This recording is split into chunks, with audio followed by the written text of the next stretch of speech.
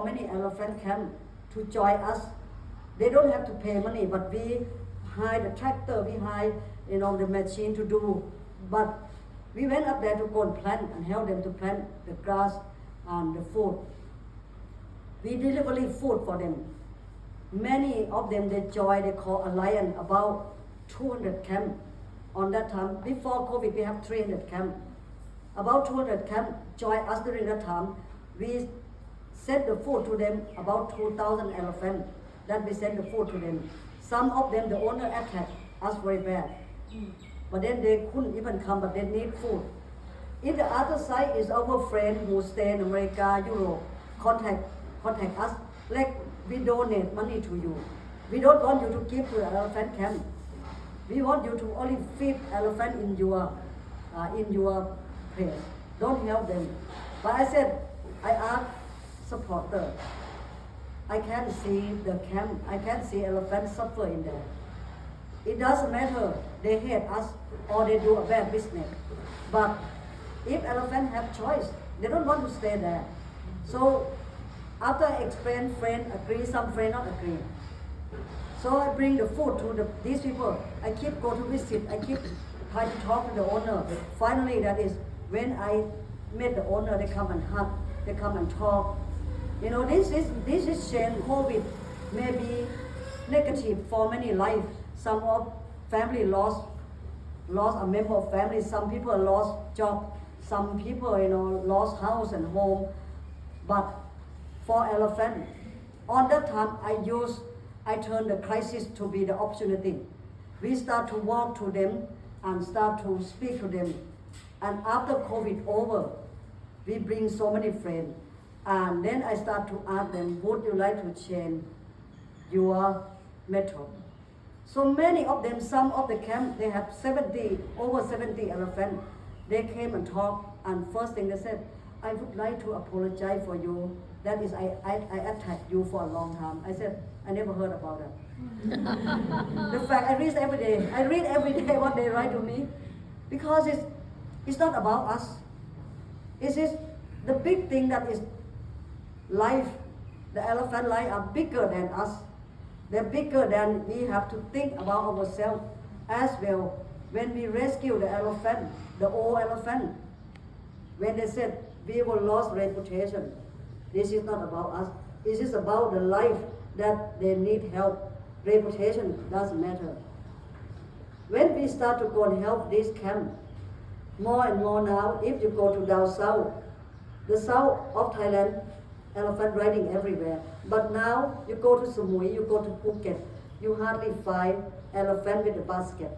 Still have some, but tip from the person from riding to be ethical. Even not fully, they call sanctuary, they still chain, they still use hook, but still elephant no basket. And they have a slang word. If you go and ask them, which camp is Lok Soi? Lok Soi is slang word, my name. It's everywhere now, they call elephant Lok Soi. It's been elephant Sangduen camp. Because they use representative of my name, and some of them, they shy because they're against that. But for me, I am so happy to see this. We sent our team to work with them. We welcome there. During COVID, we welcome the Mahmoud to come and learn with us. Even we are suffer, we host them. We look after them, we give the law to them, we give the food for them. Our room where you stay, we have no guests. We turn our room to be the Mahmoud from all over Thailand to come and stay with us. And this is we work during COVID. And now we can say that it's 70%. That's we turn over. And hopefully that will be 100%.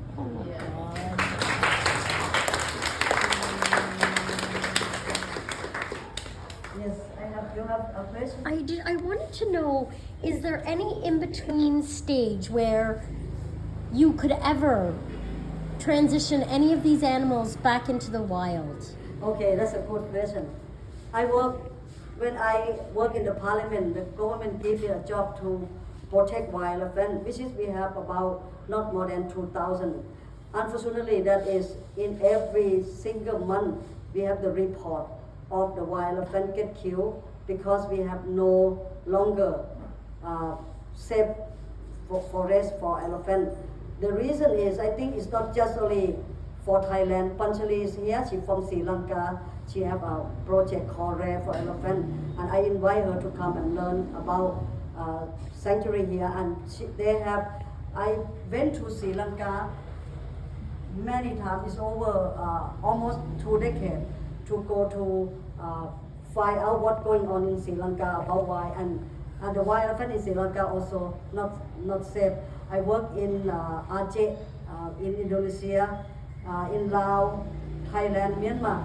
Every elephant that stay in the area of wild, they have no safe place. In Thailand, is the effect from the wild elephant is the government make a project, which is they allow many people to use to take the wild, to take the forest, turn to be the factory or turn to be a lot of tourist attraction. They fight to go and get the water source and food from elephant. And today, if we release these elephants who born captivity to take them into the jungle, no way they won't survive. Even the wild who live there, born there and learn how to survive, many of them die. In Thailand, we almost probably lost not even more than 5% of the bull tusker. The tusk who stay with the jungle, if they have the tusk, they wait for a little bit when the tusk is long enough, and after that they never exist.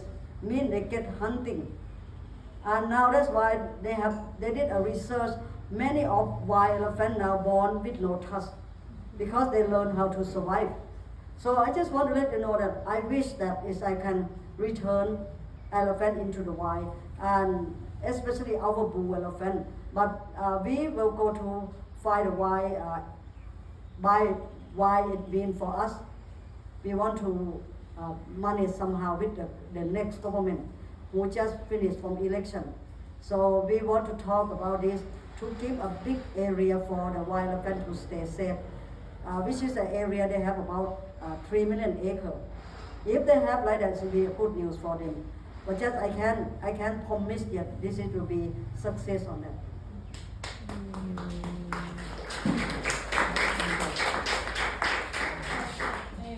So when you started, how did you know what to do first, and if you would start again, knowing what you know now, would you change anything? Would you start educating, or would you start with the land?